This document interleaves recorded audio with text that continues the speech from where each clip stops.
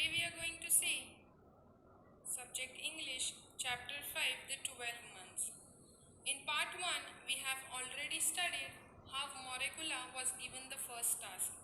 And now we are going to study the further part, Part 2.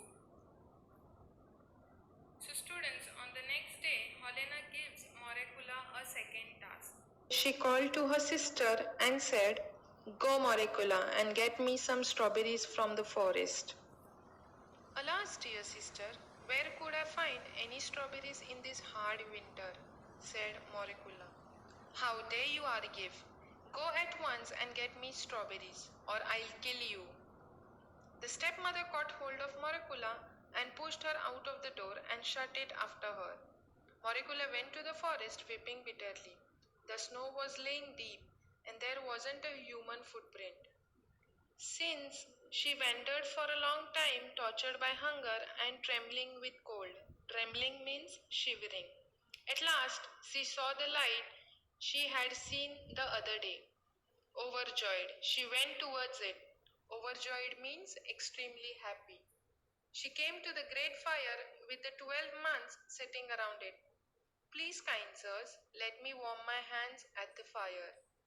Great January nodded and asked her, "Why have you come again, and what are you looking for?" Morecula replied, "I am looking for strawberries. My sister Helena and my mother threw me out and told me to bring some strawberries, and if I don't, they will kill me. Tell me, father, please tell me, where can I find them?" Great January arose. He went over to the months sitting opposite to him. It was June, and handed the club to him, saying, "Brother, take the high seat." June took the high seat upon the stone and swung the club over the fire. The fire shot up, and its heat melted the snow in a movement. The ground was all green. The trees were covered with leaves. The birds began to sing, and the forest was filled with all kinds of flowers. It was summer.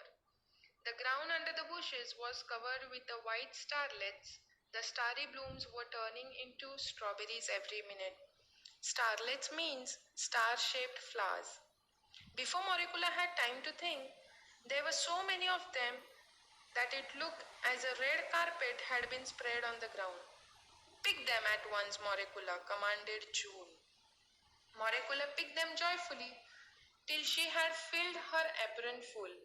Then she thanked the months with her all heart and scampered merrily home. Helena and the stepmother wondered when they saw Morecula bringing the strawberries. Her apron was full of them. "Where did you pick them?" asked Helena. "There are plenty of them growing in the forest on the high mountain," replied Morecula.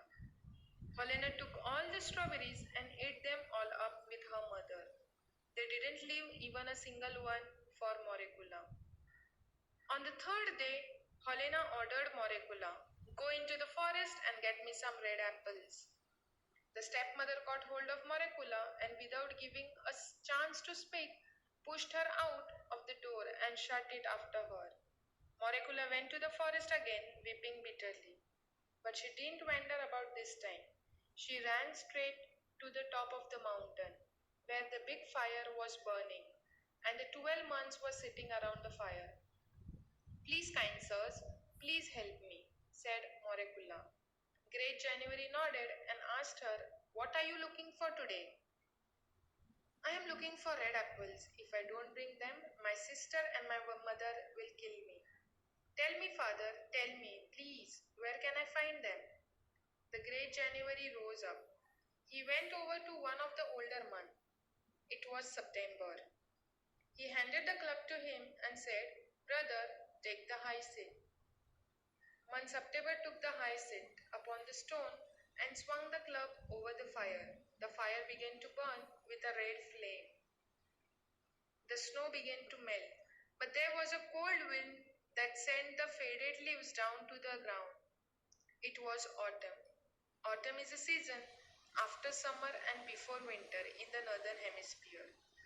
Morecula saw just one apple tree with red apples hanging high among its branches. "Shake the tree at once, Morecula," commanded September. Right gladly, Moricula shook the tree, and first one apple fell down and then other.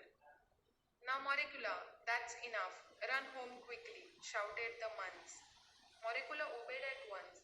She picked up the apples, thanked the months with all her heart, and ran merrily home. Helena and the stepmother wondered when they saw Moricula bringing two apples. Where did you get them? Asked Helena. I found them in the forest on the high mountain, replied Moricula. And why didn't you bring more? Or you did eat them on the way home, said Helena harshly. Alas, sister, I haven't even tasted them. I shook the tree twice, two apples fell down, and they wouldn't let me shake the tree again. They shouted to me to go straight home, protested Moricula. May you be struck to death by lightning, said the wicked Helena, and began to eat the apple. It tasted so delicious that she told her mother she had never tasted anything so nice in all her life. The stepmother liked it too, and when they had finished, they wanted some more. So this time, Helena and her mother decided to go by themselves in the forest. Her mother agreed readily. They wrapped themselves in the fur coats and shawls, and off they went into the forest. The snow lay deep, and they wandered about for a long time. But at last, they saw the top of the mountain where the big fire was burning. The 12 months were sitting. They stepped up to the fire and stretched their hands to warm them, without asking the permission or speaking one polite word. Why have you come here, and what are you looking for? Asked Great January crossly. Why do you want to know, you old fool? Replied Helena angrily. It's none of your business, said her mother. The Great January frowned and swung the club over his head. Frown means he got angry. The sky grew dark in a movement. The fire burned low. The snow began to fall thick, and an icy wind began to blow. Helena and her mother couldn't see one step in front of them. They tried to find their ways out, but the snow fell in huge masses, and soon they were lost in it. At home, Moricula waited and waited, yet Helena and her mother did not come back. When she went to search for them, she found neither her mother and sister, nor the 12 months in the forest. At last, she returned home sadly. So, good Moricula inherited the cottage and the land around it.